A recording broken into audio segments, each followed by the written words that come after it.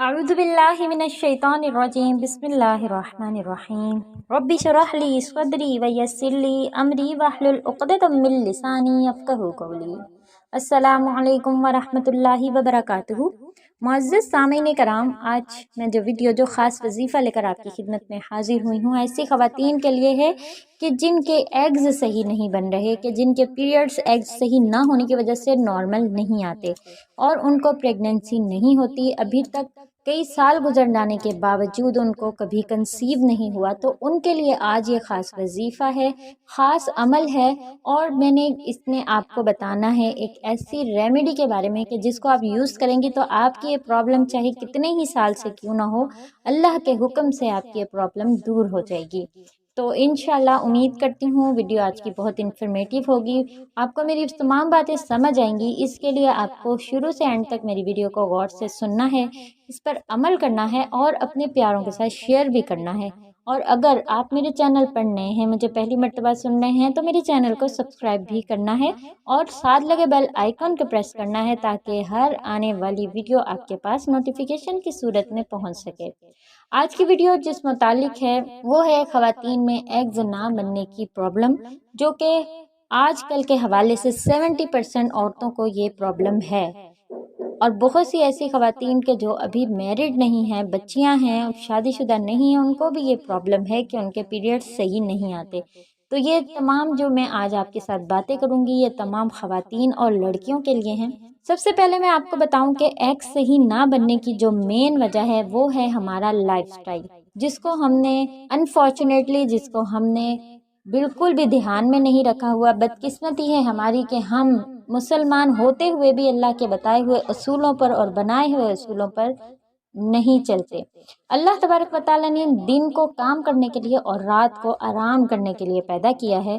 जैसा कि अल्लाह तबारक व तआला ने कुरान मजीद में भी फरमाया है कि मैंने दिन और रात जो है वो किसी मकसद के तहत पैदा किए हैं। जब अल्लाह का हर निज़ाम, अल्लाह की बनाई हुई हर चीज़ एक निज़ाम के तहत चल रही है, सूरज जिस वक्त पर निकलता आ रहा है जब से ये दुनिया बनी है आज तक, उस वक्त में एक सेकंड की भी देर या सवेर नहीं हुई, यानी कि सूरज बिल्कुल एक्यूरेट अपने टाइम पर निकलता है। अगर अल्लाह की बनाई हुई कोई भी मखलूक इंसानों के अलावा जो अल्लाह तबारक व तआला ने कायनात में चीज़ें हमारी खिदमत के लिए पैदा की हैं, अगर वो अपना वक्त आगे पीछे कर दें तो ये दुनिया का निज़ाम दरहम भरम हो जाएगा। तो आप किस तरह से सोच सकते हैं कि अल्लाह के बताए हुए उसूलों के अलावा अगर आप ज़िंदगी गुजारेंगे तो आपके अंदर का निज़ाम दरहम भरम नहीं होगा। हम अल्लाह की मानते ही नहीं हैं।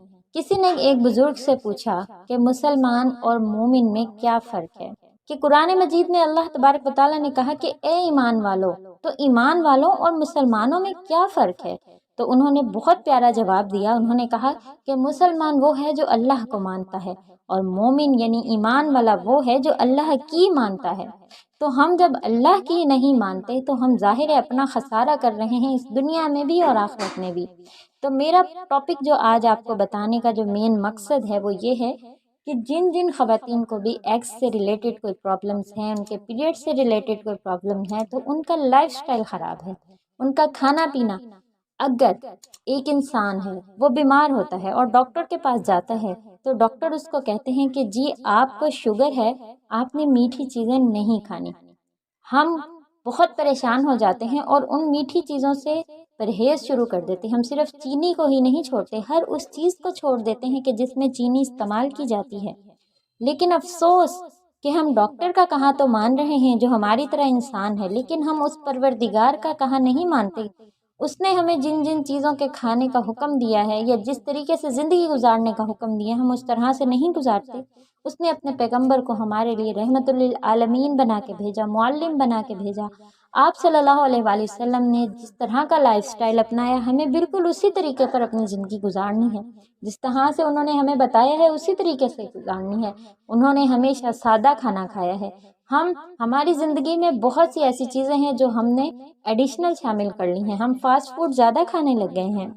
आप सल्लल्लाहु अलैहि वसल्लम ने हमेशा शोरबे वाला सालन खाया और हम भुने हुए सालन खाते हैं, टिक्के खाते हैं, कबाब खाते हैं। इन सब चीज़ों के खाने में कोई कबाहत नहीं है, लेकिन एक एतदाल करना चाहिए। कौन सी चीज़ हमारे ऊपर कितना इन्फेक्ट कर रही है, हमारी लाइफ में, हमारी सेहत में कितनी हमें मुज़िर है, हमने उसके हिसाब से चलना है। हज़रत मोहम्मद मुस्तफ़ा सल्लल्लाहु अलैहि वसल्लम ने किस तरह से ज़िंदगी गुजारी, हमने उस तरह से गुजारनी है। हज़रत अली रज़ी अल्लाह ताला अन्हु के पास एक आदमी आया और उसने कहा कि एक वक्त में कुत्ता 10-10 बच्चे देता है, लेकिन तादाद में वो इतने नज़र नहीं आते, और बकरियां और भेड़ें या एक बच्चा जनती हैं या 2 बच्चे जनती हैं, इसके बावजूद भेड़ बकरियों की तादाद कुत्तों से ज़्यादा होती है। हज़रत अली करमल्लाह वजह ने इस शख्स को मुख्तसरन जवाब दिया, इस चीज़ को क्या कहते हैं? बरकत कहते हैं। उस शख्स ने फिर सवाल किया, बरकत कहते हैं? किस तरह? ये बरकत कुत्तों में क्यों नहीं आती? तब हज़रत अली करमुल्लाह वजह ने फरमाया कि भेड़ बकरियां रात के इब्तदाई हिस्से में ही सो जाया करती हैं और रहमत के वक्त यानी सुबह सादिक के वक्त जाग जाती हैं तो बरकत को हासिल कर लेती हैं, मगर कुत्ते सारी रात भौंक भौंक कर सुबह को सो जाते हैं और बरकत से महरूम रह जाते हैं। मैं तुम्हें नसीहत करता हूँ कि रात को जल्द सो जाया करो और सुबह जल्द उठ जाया करो, यही चीज़ रिस्क और औलाद में बरकत का सबब बनती है।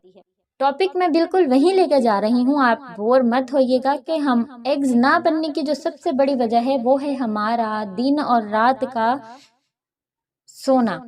हम सारी सारी रात जागते हैं और सारा सारा दिन सोते हैं। हमारी बच्चियों का यही मामूल है, जिसकी वजह से उनके पीरियड्स जो हैं वो डिस्टर्ब हो जाते हैं। अल्लाह तबारक व तआला ने अगर रात को सोने के लिए बनाया है तो हमारा जो सिस्टम है, अंदरूनी सिस्टम भी इसी पर तरतीब दिया है कि रात को उसकी रिपेयरिंग होती है। अगर जिस्म के कुछ खुलियात हैं वो रोज़ाना टूटते हैं और रोज़ाना नए बनते हैं, तो उसके लिए अल्लाह तबारक व तआला ने एक सिस्टम तरतीब दिया है जिस पर हम अमल नहीं करते। नबी करीम सल्लल्लाहु अलैहि वसल्लम ने फरमाया कि इशा के बाद सो जाओ और फजर के बाद उठ जाओ। यहाँ क्या होता है, इशा से लेकर फजर तक खुशगपियाँ की जाती हैं, आउटिंग की जाती है, खाया पिया जाता है रात में, और फिर सारा दिन सोकर गुजार देते हैं। ना नमाजों की फ़िक्र है, ना कुरान की फ़िक्र है, यहाँ तक कि अल्लाह के अहकाम की किसी को कोई फ़िक्र नहीं है। हमारे यहाँ क्या किया जाता है, सारी सारी रात जागा जाता है और सुबह को हम इस जानवर की तरह सो जाते हैं, तो फिर हमारे अंदर बरकत कहाँ से आएगी। हज़रत अली की इस नसीहत को 1400 साल बाद साइंस ने भी तहकीक से साबित कर दिया कि देर से नींद लेने वाले जल्द सोने वालों की निस्बत कम उम्र पाते हैं और उनकी ज़िंदगी का दौरानिया 10% तक कम हो जाता है। यही नहीं बल्कि बाद तहकीकात ये भी साबित कर रही हैं कि जल्द ना सोने वाले को नफ्सियाती मराइज़ भी बहुत आ जाते हैं, जबकि जल्द सोने वाले इन तमाम मसाइल से महफूज रहते हैं। जल्दी सोना, जल्दी उठना, सेहतमंद तर्ज अमल, ये ज़िंदगी का आकाश है। उसको नज़रअंदाज करने वाले तो खाने पीने के औकात भी मुतासिर होने लग जाते हैं और आहिस्ता आहिस्ता वो इन तमाम मसाइल का शिकार हो जाते हैं, यहाँ तक कि बड़ी से बड़ी बीमारियों में मुब्तला हो जाते हैं। ज़िंदगी, सेहत, रिस्क, औलाद में बरकत, रहमत के औकात से ताल्लुक़ रखते हैं, जो सुबह के वक्त की खासियत है। आखिरी ज़मां सल्लल्लाहु अलैहि वसल्लम ने दुआ मांगी कि मेरी उम्मत के लिए सुबह के वक्त में अल्लाह बरकत डाल दे। नबी करीम सल्लल्लाहु अलैहि वसल्लम और सहाबा कराम का भी यही तरीक़ाकार था कि वह जल्द सोते और जल्द उठते थे, और जब फजर की नमाज़ पढ़ लेते सूरज तुलू होने तक अपनी नमाज की जगह पर बैठे रहते।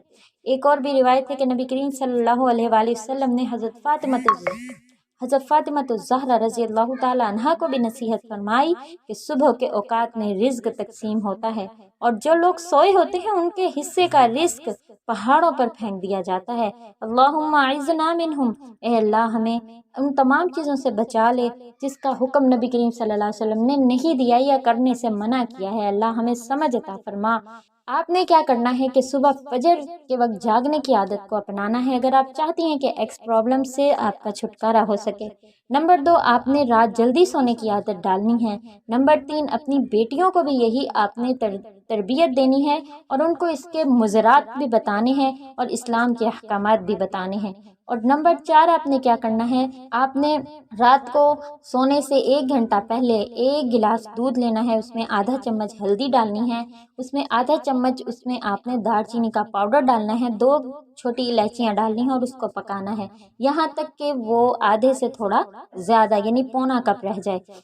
अब आपने उसको रात को पीना है। मीठा करने के लिए गुड़ का इस्तेमाल कीजिए, शहद का इस्तेमाल कीजिए, चीनी से परहेज़ करें।